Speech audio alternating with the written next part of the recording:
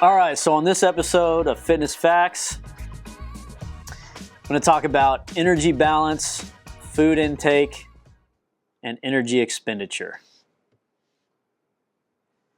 So, energy, what is that? Well, it's commonly measured in kilocalories, or we call it kcals. So what is a kcal? That's just a measure of energy that equates to the amount of heat required to raise the temperature of 1 kilogram of water by 1 degree Celsius. Okay, so in the general public typically just refers to this as a calorie when we're talking about energy. And so if we look at this further, 1 kilocalorie, so kilo, is equal to 1,000 small calories, or we can say 1,000 of those small calories equal one of the large calories. Like if you look at the back of a nutrition facts label, you'll see the capital C calorie, and it's going to list the number of calories that are in that specific food product. So that large calorie that's listed there, maybe it says there's 100 calories in the food. You would actually multiply that by 1,000. It's actually 100,000 small calories. Okay, even though it's listed as 100 calories, okay? All right. So how is this determined? How do we know how much energy is in food? All right. Well, one of the ways they've determined this is by placing different foods inside what's called a bomb calorimeter, okay? So this is a closed chamber with water. You see there's 5 liters of water surrounding that chamber. See, there's also a thermometer there down in the water. And inside this chamber, this closed chamber, the food is literally burned. It's ignited, it's burned.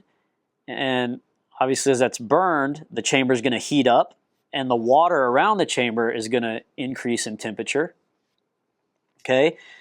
And remember what the definition of a calorie is. The amount of heat energy that's required to raise 1 kilogram of water, which is really equal to 1 liter of water, by 1 degree Celsius. Okay? So it's a calorie. So as this, let's say there was a tomato in there that was being burned. And remember, tomato is a fruit, not a vegetable. So tomatoes being burned, and we see the water temperature around this bomb calorimeter change, right? It goes from 22 degrees Celsius up to 26 degrees Celsius. So that's a difference of 4 degrees Celsius. That's the amount the temperature rose. So then you can take that, and we know 5 liters of water, if you look at the next equation below, 5 liters of water is equal to 5 kilograms of water, right? So we multiply 5 kilograms of water by the temperature change, which was 4 degrees Celsius. And you get 20 kcals, or 20 calories. That's how much energy is in that tomato after you've burned it in this bomb calorimeter and you've measured the temperature change of the water that surrounds it, okay? Okay, so now let's look at calories here per macronutrient. So macronutrients, those are the nutrients we eat that supply energy, right? That contain calories, whereas micronutrients are things like vitamins, minerals. We need those for a variety of processes in the body, but those micronutrients, vitamins and minerals do not provide calories like these macronutrients do, okay? So what are the macronutrient categories? Well, we have fat. So 1 gram of fat, if you eat 1 gram of fat, that's equivalent to 9 calories, okay?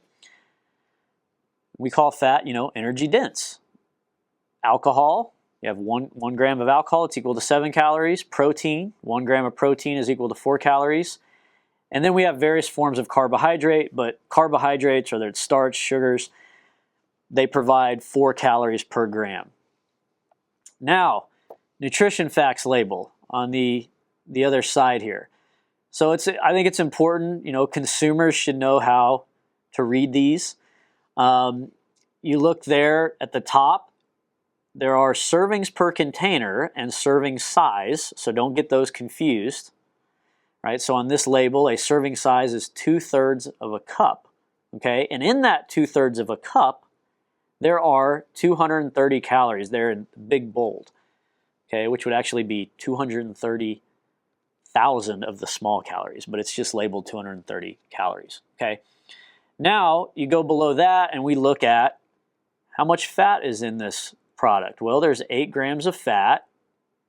Of that, 1 gram is saturated fat. So remember in a previous video I talked about saturated fatty acids, right? Just a long carbon chain with a bunch of hydrogens saturating all those carbons. So 1 gram saturated fat, no trans.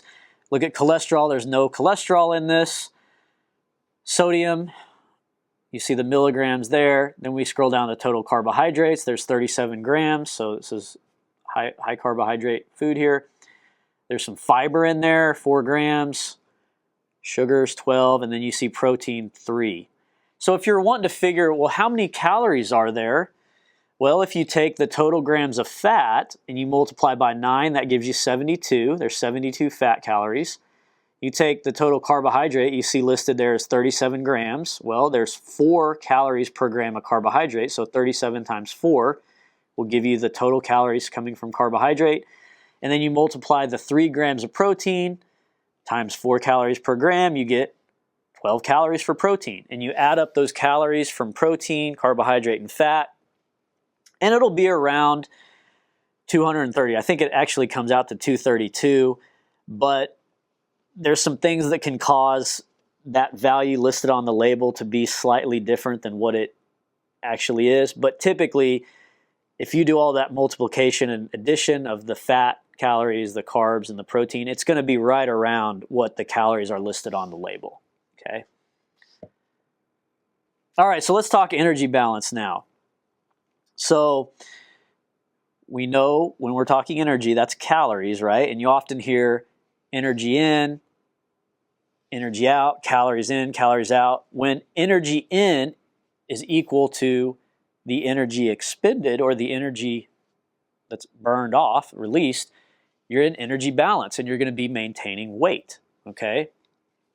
Now, if you take in more calories, you overeat, then the amount of calories that are needed daily to maintain weight, energy in is now greater than energy out. You're in a caloric surplus. That excess energy is going to be stored as fat, which can lead to weight gain. And again, stored fat is used for energy between meals, okay? Now, if energy in is less than energy out, you would be in a caloric deficit, and this is going to promote weight loss. So it can be, the weight loss can come from fat, can come from lean tissue like water and muscle. Also, you can even lose some bone mineral density as well. So what drives food intake? Why do we want to take calories in? Well, to achieve energy balance, the body must meet its needs without taking in too much or too little energy. So many signals drive appetite, whether to eat or not to eat. So obviously hunger, satiation or satiety, feeling full. That's going to, obviously, you're going to not feel like eating if you're full. There are certain things that can override hunger and override feeling full. We're going to talk about these: sustaining satiety, satiation. We're also going to talk about the hypothalamus and its role as a control center in controlling, the drive to eat, controlling appetite. So hunger, this is the most obvious reason people eat, right? Hunger motivates you to eat. It's the physiological response to a need for food triggered by nerve signals and chemical messengers originating and acting in the brain. Again, primarily the hypothalamus. It's going to play a role here in hunger and appetite, okay? Now, it's important to know that typically 4 hours after you eat a meal, most of the food is left the stomach. It's entered the small intestine. It's working its way through the GI tract. Remember, the small intestine is where most of our nutrients are absorbed. So that's why typically you think about how often you eat. You have breakfast, 4 hours later you have lunch, another 4 hours later, 5 hours later you have dinner. It's just because you tend to get hungry again because the stomach has emptied. So hunger is influenced by the presence or absence of nutrients in the bloodstream, the size and composition of a preceding meal, customary eating patterns, right? You get used to eating at certain times of the day. It's just kind of a habit. Climate, if it's hot out, that tends to reduce food intake. Most people eat less. I know me personally, I tend to not eat as much in the summer. Cold, tend to eat more. And I seem to eat more in the winter, just anecdotally. Physical activity, if you start increasing your physical activity and, let's say you're losing weight, a lot of times you hit a point where you're like, man, I'm hungry all the time, and your weight loss kind of plateaus, and you're kind of having that battle of trying to stay in a caloric deficit, but you're fighting hunger. There's hormones involved in all of this that signal when you're hungry, okay? So one of the hormones, ghrelin, I always remember because it has an H in it, H for hungry, is actually released by the stomach when it's empty. So this hormone ghrelin then gets in the blood, travels up to the brain, to the hypothalamus, binds to receptors in the hypothalamus, and it literally tells your brain, your hypothalamus, the stomach's empty, eat something, I'm hungry, okay? There's other brain chemicals like neuropeptide Y that's released in the brain that they've shown if you have high amounts of neuropeptide Y, you may crave carbs, and that's going to initiate eating those. So variety of chemical mediators at play here that are signaling hunger. And there's also ones that they stimulate satiety as well. So also, illnesses. Typically, if you're sick, you're probably not going to feel as hungry as if you're, healthy and feeling well. All right, so satiation or satiety. So this occurs, right, feeling full, feeling less hungry as food enters the GI tract, right, the gastrointestinal tract. That's the stomach, the intestines. So hunger diminishes, right? So food fills the stomach stretches. In response to the stomach stretching, there's actually a release of a chemical called cholecystokinin. That's released from the duodenum, the upper part of the small intestine, as food leaves the stomach and enters that part of the intestinal tract. Cholecystokinin gets released, okay? And that's going to signal that you're, full, okay? There's other hormones and brain chemicals as well that we could talk about. So it's not just cholecystokinin. All right, so overriding hunger or satiety. So many times people, it's like I've said before, it's not just as simple as, if you want to lose weight, you need to be in a slight caloric deficit. But it can be very hard to stay in that caloric deficit, especially like in social settings where, there's food present. It seems like everything we do in society revolves around food or drinks, and it makes it difficult. So sometimes you may even, you may be full. You ate a good dinner, but then you've got a social event at 7 p.m. You just ate dinner at 5. You go to this social event. There's cakes, there's cookies, there's food, there's drinks, and you're like, oh, I could have some of that. That looks pretty good. So you can be triggered to eat just in certain social settings, even when you're not hungry, right? And that obviously makes it difficult to lose weight or maintain your weight. So again, the body doesn't even need this fuel at this point. You're just triggered to eat, okay? So some people experience food cravings when they're bored or anxious. I talked to a buddy of mine, Mike, about how, I'll be hanging out at his place sometimes in the evening and, you just start kind of eating out of boredom. We're watching Netflix or some movie or whatever, and it's like neither one of us are all that hungry, but we grab something to eat anyway. It's like, why are we doing that? It's just kind of just to give your hands something to do, and if you're trying to lose weight, I think it's important to recognize what are your triggers that maybe cause you to eat, and even when you're not hungry, right? Okay, so, and get a hold of those things, all right? Some people, they're stress eaters, right? They're stressed out, they've had a long day, they've had a long week, fighting with the husband, fighting with the wife, the kids are driving them nuts, whatever it is, and they, give me some chocolate, give me, some sort of comfort food, some ice cream. It's stress eating, okay?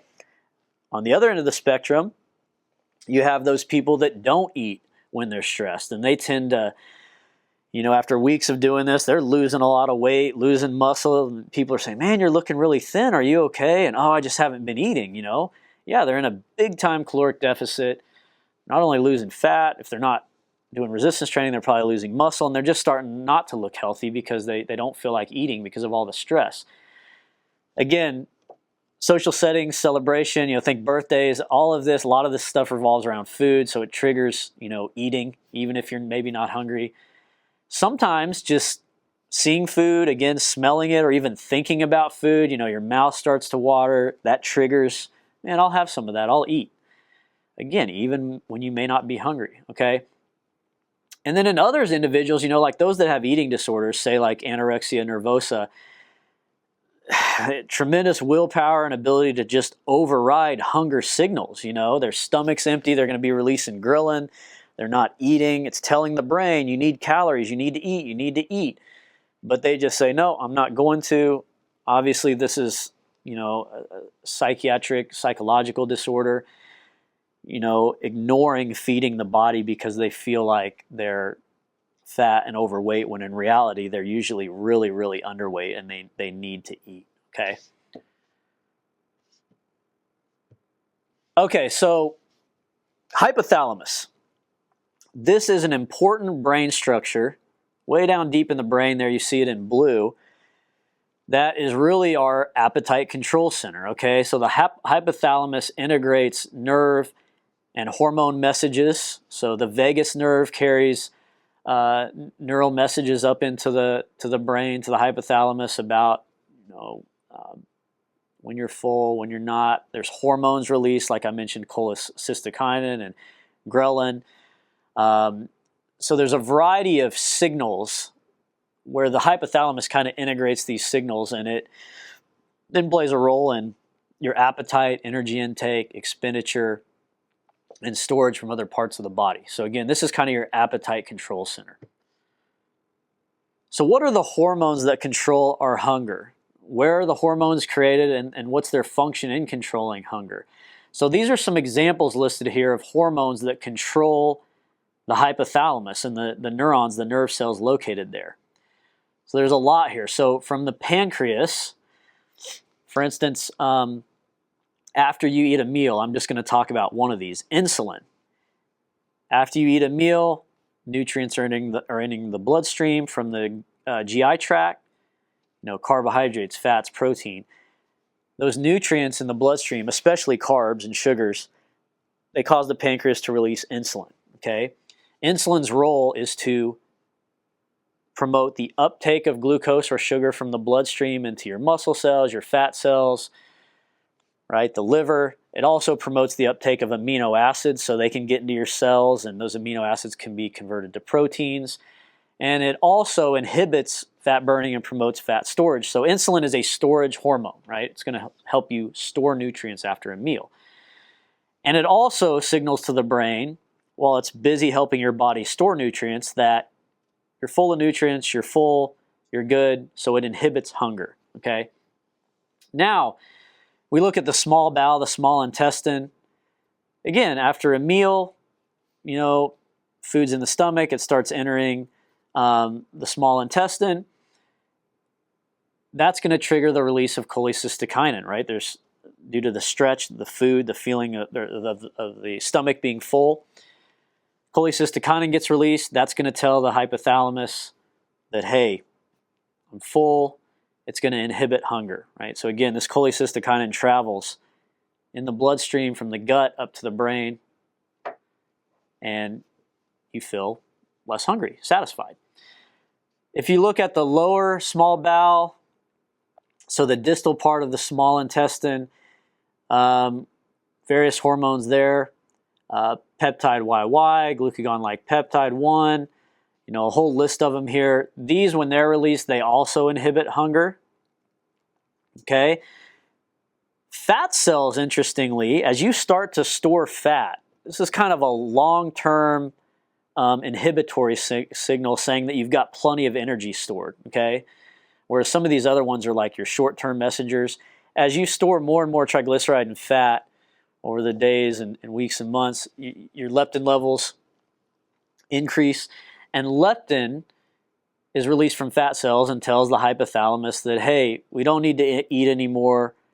We've got plenty of energy stored, so it helps keep your hunger suppressed. Okay, and what's interesting is they've shown that in type 2 diabetics and some obese individuals that the receptor that leptin binds to in the brain that normally would tell, those receptors are in the hypothalamus, and normally when leptin binds to the receptor, it's going to tell the hypothalamus that you've got plenty of energy stored, it's going to inhibit hunger. Well, in obese individuals, they've shown that in some cases they're leptin resistant. So the hypothalamus doesn't listen to leptin, it doesn't respond to its message that you have plenty of energy stored. So it doesn't get the message to reduce food intake. They may not get the message that they've got plenty of energy, and that inhibitory hunger, that signal to inhibit food intake is basically blocked. So they feel more hungry and they feel like eating, even though they have plenty of stored energy in their fat cells. Okay, so leptin resistance is interesting subject, and again, some obese individuals are leptin resistant, and that's why they may tend to want to eat more even though they have plenty of energy stored. Colon, it releases insulin like peptide 5 that actually stimulates hunger at the hypothalamus. And then one of the main ones we talk about that stimulates hunger, and I already mentioned, is ghrelin, and that's released from the stomach when it's empty. Okay, so you see there's only a couple there that really are released and stimulate the hypothalamus and stimulate appetite, whereas many other ones are hormones that are involved in inhibiting hunger. So what drives energy expenditure? Calories out. Okay, now remember, total energy expenditure, so the amount of calories that you expend or burn, the calories going out each day, is really comprised of 3 parts. Your basal metabolic rate or basal metabolism. This is the amount of calories your body needs if you were just going to lay down all day, resting, just to keep things like your kidneys functioning, your heart beating, the neurons firing in your brain, your liver working, just to keep basal metabolism, right, in a resting state, your body, the vital body processes going. That's one way that you expend calories. Now, another way you expend calories is actually through digestion. So although you're eating food and taking calories in, there's you got to think of it as a tax on that food for your stomach to churn and release enzymes and digest food, and for food to make its way through what's called peristalsis, the squeezing of food and waste through the digestive tract, through the absorption of nutrients. This all actually costs calories, right? So there's actually some energy expended in digesting food. Then physical activity, right? And we could actually say there's targeted exercise. You're actually doing on purpose exercise to expend calories. Then there's also something called non-exercise activity thermogenesis. So this is like things like, maybe you're on the phone and you're pacing in the room, or you're fidgeting, or you're just walking around, or you're doing some gardening or lawn work. So it's activity, but it's not necessarily like purposeful exercise, okay? So that fits into that category as well. And here we look at percentages. So out of the energy that we expend each day, the calories that we're burning, what percentage is coming from our basal metabolic rate, our resting metabolism, just to keep those organs functioning? And that's about 60%, okay? Physical activity, this is highly variable. So it could be up to 32%. Obviously, it's going to depend on how much physical activity you do per day. That's going to determine how many calories you expend in that category, right? If you're not doing a lot of physical activity, it's not going to be anywhere near 32% calories expended in that piece of the puzzle. If you're doing a lot of physical activity, you have a very physically active, labor-intensive job like construction work, plus you're working out on top of that, you're going to be expending a great deal of percentage of calories each day as a result of physical activity. Then there's the thermic effect of food. So that's where you see that 8%. So that's, again, a small part of your daily caloric expenditure is due to burning calories just to digest and absorb food, okay? Now let's talk about what are factors that affect your resting metabolic rate, right? We think about people that have a fast metabolism or a slow metabolism. So what are the factors that lead to a higher resting metabolic rate? Well, having more lean body tissue, maybe having more muscle mass. I will make a point here. It's a common myth. I've read this, oh gosh, in fitness magazines and seen it on the internet where they say, people will say, for every pound of muscle you build, you burn 50 calories. That is not true. That's way off.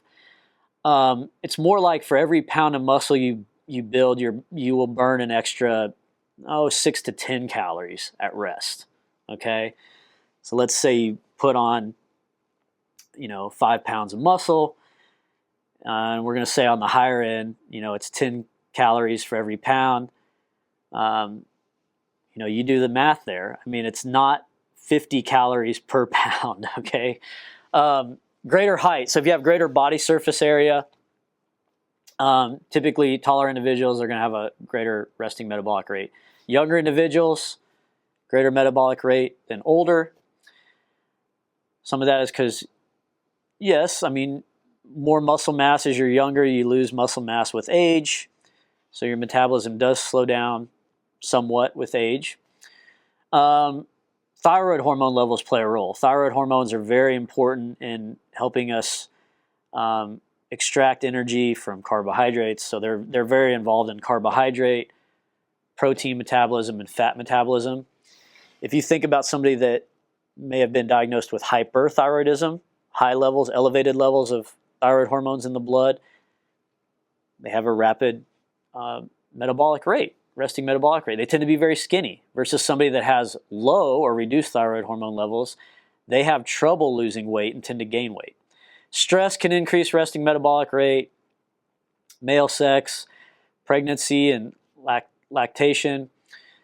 Again, it's going to increase the metabolic rate if you're trying to grow a baby. Stimulant drugs, so certain things like caffeine, tobacco, other stimulants can increase resting metabolic rate. And then also things like fever, right? So, or if you're extremely cold, right, shivering, your involuntary muscle contractions. Well, those involuntary contractions, your body's trying to warm itself up, but you're burning through calories, right? So those are some examples of things that increase it. What are the factors that decrease RMR? Having more body fat, less lean tissue, shorter height, being older, reduced thyroid hormone levels, so hypothyroidism. Actually starving or fasting. So, again, you need to be in a caloric deficit to lose weight, a slight deficit, which we'll talk about more. But if you're not eating anything, you're stranded on an island, you haven't been able to eat hardly anything for days or maybe even a week or two, maybe a few bugs here and there, well, your metabolic rate is going to slow. Your body's going to go into conservation mode, right? I mean, all your energy is basically coming from stored body fat. You may be losing some muscle tissue. You're going to release amino acids from the stored protein and muscle, and those amino acids are going to be used in the liver and converted to glucose to keep your blood sugar up so your brain can function and your vital organs can function. And then you're relying on that stored fat for fuel, but your resting metabolic rate will drop because your body's trying to conserve some energy in that state of starvation or prolonged fasting. Also then female sex, that's another factor there. All right, so this classic rule states that 1 pound of stored fat is equivalent to 3,500 calories. So if 3,500 calories are eaten in excess, calories or kcals, that allows 1 pound of fat to be stored. Okay, so 1 pound of fat is lost then for each 3,500 calories expended beyond those consumed. So this is why many diet plans recommend creating a slight caloric deficit each day by reducing your daily energy intake by 500 calories. And so you multiply this out. If you reduce your total daily caloric intake by 500 calories each day, there's 7 days a week. 500 calories eaten less each day times 7 days in a week, what does that equal? 3,500 calories. So in theory, you should lose 1 pound by the end of that week if you're in a a daily deficit of 500 calories. There are limitations to the classic rule. Changes in body weight when you lose weight or gain weight. It's not like you're just losing fat, or if you were in a surplus, you're gaining fat. You may also be gaining some muscle, like if you were strength training and you're also eating in a surplus. Likewise, if you're in a deficit, you're eating 500 calories less per day than what you need to maintain weight. Yeah, some of that weight loss is going to come from fat. Some of it may be water, especially in the first week. So you go on a diet, you're eating less calories, by 500 each day. You lose a lot of water the first week. You may lose lean tissue, especially in people that, they go on a diet, they reduce their caloric intake, and they don't do any resistance training. The resistance training helps you maintain that lean tissue, that muscle mass, while you're in a deficit. But if you're not doing resistance training and you're eating fewer calories each day, you're more likely to lose muscle with the fat, okay? Bone minerals, you could also have a reduction there in bone mineral content as well. So how many calories do you need per day? There's a lot of different equations to figure this. This is a common equation here, this Harris-Benedict equation. So these are all rough estimates using these equations, and you can find them on websites, online calculators. You can do it old school by hand, but they use different factors to first figure kind of your resting or basal metabolic rate, just the number of calories you need if you're just going to lie on your back all day for your body to be alive. So you see two different formulas there for men and women. You have to factor in your weight in kilograms, your height in centimeters, your age in years, and that will give you an idea of those factors, what your resting metabolism is. And then you take that, because remember, we're also burning calories based on our activity and digesting food. So you multiply that resting or basal metabolic rate, whatever the number is you get there from that equation, by an activity level. And these are rough guidelines. It's just trying to calculate or figure how many extra calories you may be burning due to the activity that you do on top of those resting caloric expenditure. So you multiply your basal metabolic rate by 1.2. If you're sedentary, you have an office job, you don't do any physical activity, you'd use 1.2. You'd multiply the BMR by 1.4 if you're slightly active. Maybe you go on a 30-minute walk per day. I would even classify lightly active as lifting for, say, like 45 minutes to an hour, because lifting does not burn calories like, say, an hour of cardio does. Moderately active, 1.7, or if you're really active all day, like let's say you work construction and then you're going to the gym, you're doing an hour of weights and you're doing 30 to 45 minutes cardio, that's active all day, right? So that would be the activity level you'd multiply your BMR by to calculate an estimate of your total daily energy expenditure, right? Now this is, in some people this is close, some people it's a little off, but it's just giving you a rough estimate, okay? Another way you can figure out how many calories you need per day is to keep a food log, right? So with a food log, you're gonna, every time you eat, drink something, whether it's a meal, a snack, you're gonna log that. What it was, how many calories were in the food.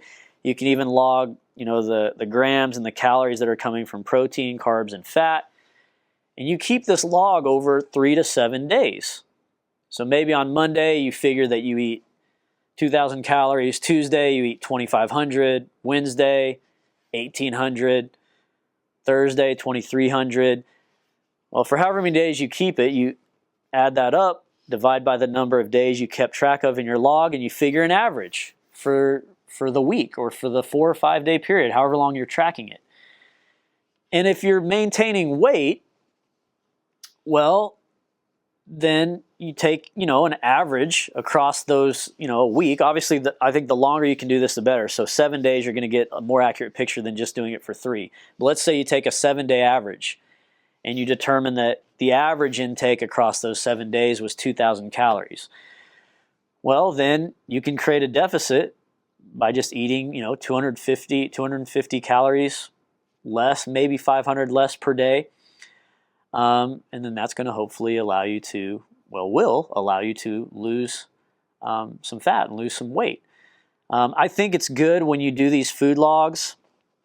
I generally tell people incorporate weekdays and the weekend into figuring your average daily caloric intake, because a lot of people eat different on the weekend than they do during the week. So maybe you're really good about eating healthy, not overeating during the week, and then Friday night hits and Saturday and Sunday the football game's on, and you see that you eat a lot more on the weekend for whatever reason. Well, it's good to have weekdays and the weekend incorporated into that picture of your weekly overall caloric intake, and that's going to help you figure more accurately where you should be at each day. Okay. This just shows an example of a food logging at each meal. What it was you ate, the servings, the grams of protein, carbs, fat, the total calories. And you're going to do that for each meal that day. Get your total calories for the day. Then you would do it for the next day. And again, you do this for 3 to 7 days and figure your average, okay? And then obviously you're going to want to eat. As long as you see that you're kind of maintaining weight through the week, you're going to want to eat generally 250 to 500 calories less.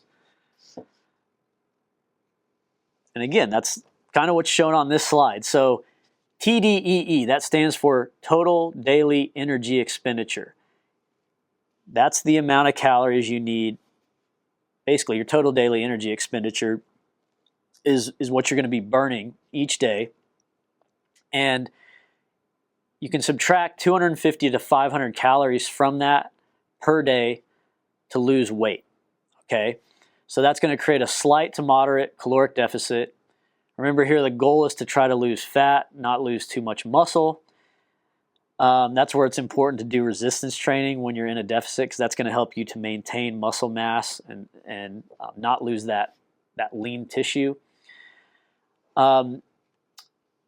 Total daily energy expenditure plus, if you add in, now you're in a caloric surplus. So you eat 250 to 500 calories more than what you're expending in a day. Now you're going to gain weight, right? Which you may be doing this on purpose. I know I can think back to when I got my junior college football scholarship. I was underweight. I was only, I was quick and fast, but I was only 145 pounds, I think it was, coming out of high school. The strength coach, you better believe he was pushing me to eat and take in a lot of calories. Peanut butter, milk, eat high calorie dense foods. I needed to gain weight. I think I eventually got up to 155 or 150, something like that, with weight training as well. But I was one of those that needed to put on weight, okay? And so, again, eating more calories each day. Now, you don't want to eat too many more. Then, if you're taking in an extra 1,000 or 1,500 or 2,000 calories a day, more of those nutrients may be partitioned to fat storage versus building muscle. So there's kind of a happy medium there. I don't think you want to get too extreme with your deficit or too extreme with your surplus. It's generally around 250 to 500 calories above or below, right? Depending on what your goal is, losing weight or gaining. So again, if you're eating in that surplus, obviously the goal is usually gaining muscle, bulking up, putting on some weight, but you don't want to gain too much fat on top of the muscle either. So that's why you don't want to create too large of a surplus. All right. So how much carbohydrate, protein, and fat should you eat each day?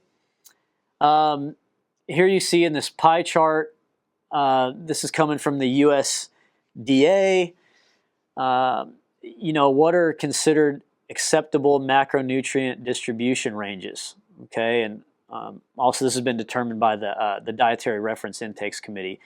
I somewhat agree with these ranges. I mean, they recommend anywhere between 45 and 65% of your calories coming from carbohydrate per day, 10 to 35% of your calories coming from protein each day, and 20 to 35% of your calories coming from fat each day. I think most Americans probably eat way too much carbohydrate, and the American diet, Western diet, is also high in fat. So I think we could all do well to reduce the carb fat intake and increase the protein intake. But I mean, this is a good, general guideline. There's no set way of eating. It's just general recommendations. I do know, and there is research out there on this, that once you start taking in, once your total daily intake of carbohydrate exceeds 65% of your total calories that you're taking in, your triglyceride levels start to go up in your blood, and there could be some issues associated with that. So, there's a lot of factors here at play as to where you should be in these kind of recommended zones. And thank you for watching this edition of Fitness Facts. Again, I'm Dr. Taylor. Hope you enjoyed the video.